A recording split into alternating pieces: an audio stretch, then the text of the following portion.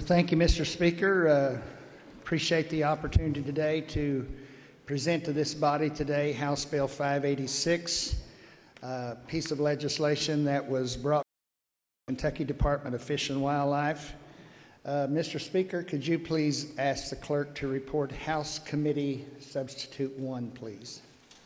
Clerk, please report. House Committee Substitute 1 to House Bill 586. Gentleman from Menifee.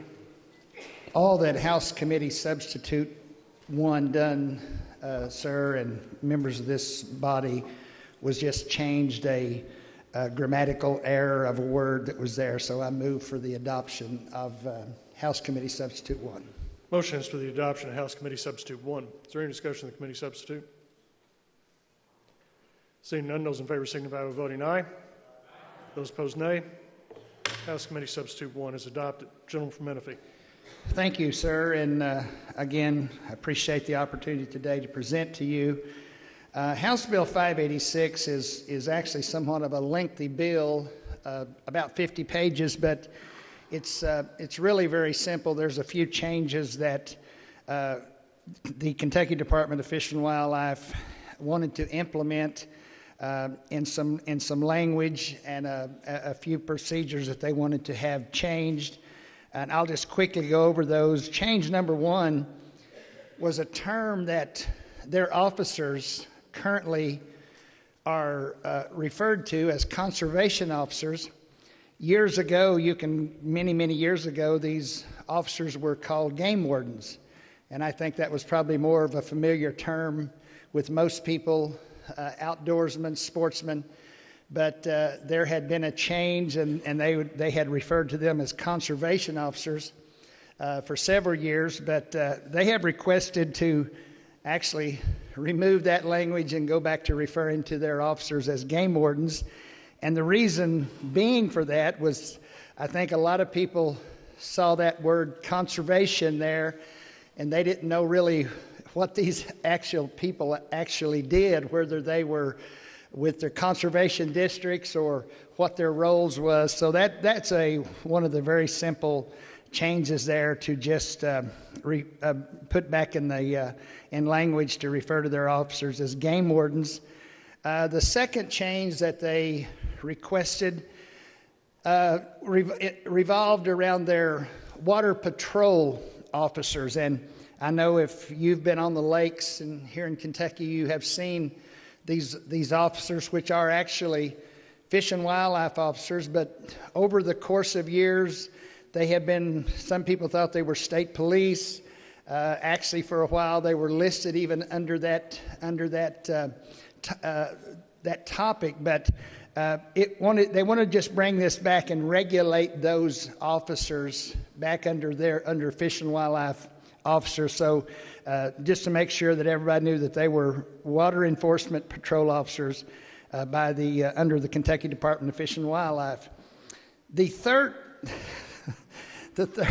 third change was, and I will be brief with this, was describing what a dependent child was as far as living on the property, being able to have access to fishing and hunting on that property of the landowner. And at this time, Mr. Speaker, I would like to yield to the lady from Grant, please, for a friendly fuller amendment.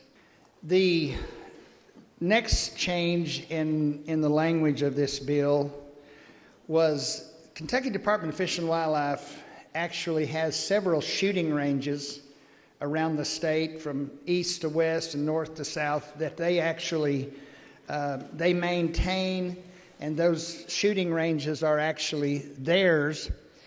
And in this language of this bill, they wanted to have it stated that if an individual was a valid license holder, fishing license, hunting license, that an individual that had a valid Kentucky sportsman's license would be able to use those shooting ranges with no charge. But if a person did not possess a hunting or fishing license, an individual that still wanted to use those ranges would have to purchase a permit to use those. And I think that's certainly fair, and the cost they were talking about was rather minimal. But the fifth and the sixth change is one that's just a little more, I won't say it's more difficult, but it might be just a little hard for maybe some to understand, but I'll do the best I can. Here in Kentucky, as most of you probably know, we have a lot of guide services. There are fishing guides, hunting guides that you can pay a price to or a fee to, and they will take you to a certain lake. They will take you to a certain area and assist you in a hunting area or a fishing area. There are also a group of individuals, there's called those that give really more than just the hunting service or the fishing service, and they are actually called outfitters. And what an outfitter does is it would probably be a more costly experience where they might take you to a place and set you up with accommodations and provide you a lot of other different things that you could use in that tour that you were on. But one of the things that we have discovered, and I will say this up front, ladies and gentlemen, 95% of the people that do this, they are above board, they do it right, they do it correct, but there are some folks that are not doing it correct, and they've taken advantage of the system, and many of those are not registered with the Secretary of State, and they're just offering a service, and there's some questionable things that some of these individuals have done, and all this does is this gives the Department of Fish and Wildlife, for these individuals, the guide services, the other services, the outfitter services, that they are to be regulated by the Kentucky Department of Fish and Wildlife. So that's the gist of the bill, Mr. Speaker, and if there are any questions, I'll be glad to answer them if I possibly can, but if not, I would move for passage of House Bill 586 as amended by the committee substitute and also House Floor Amendment 1.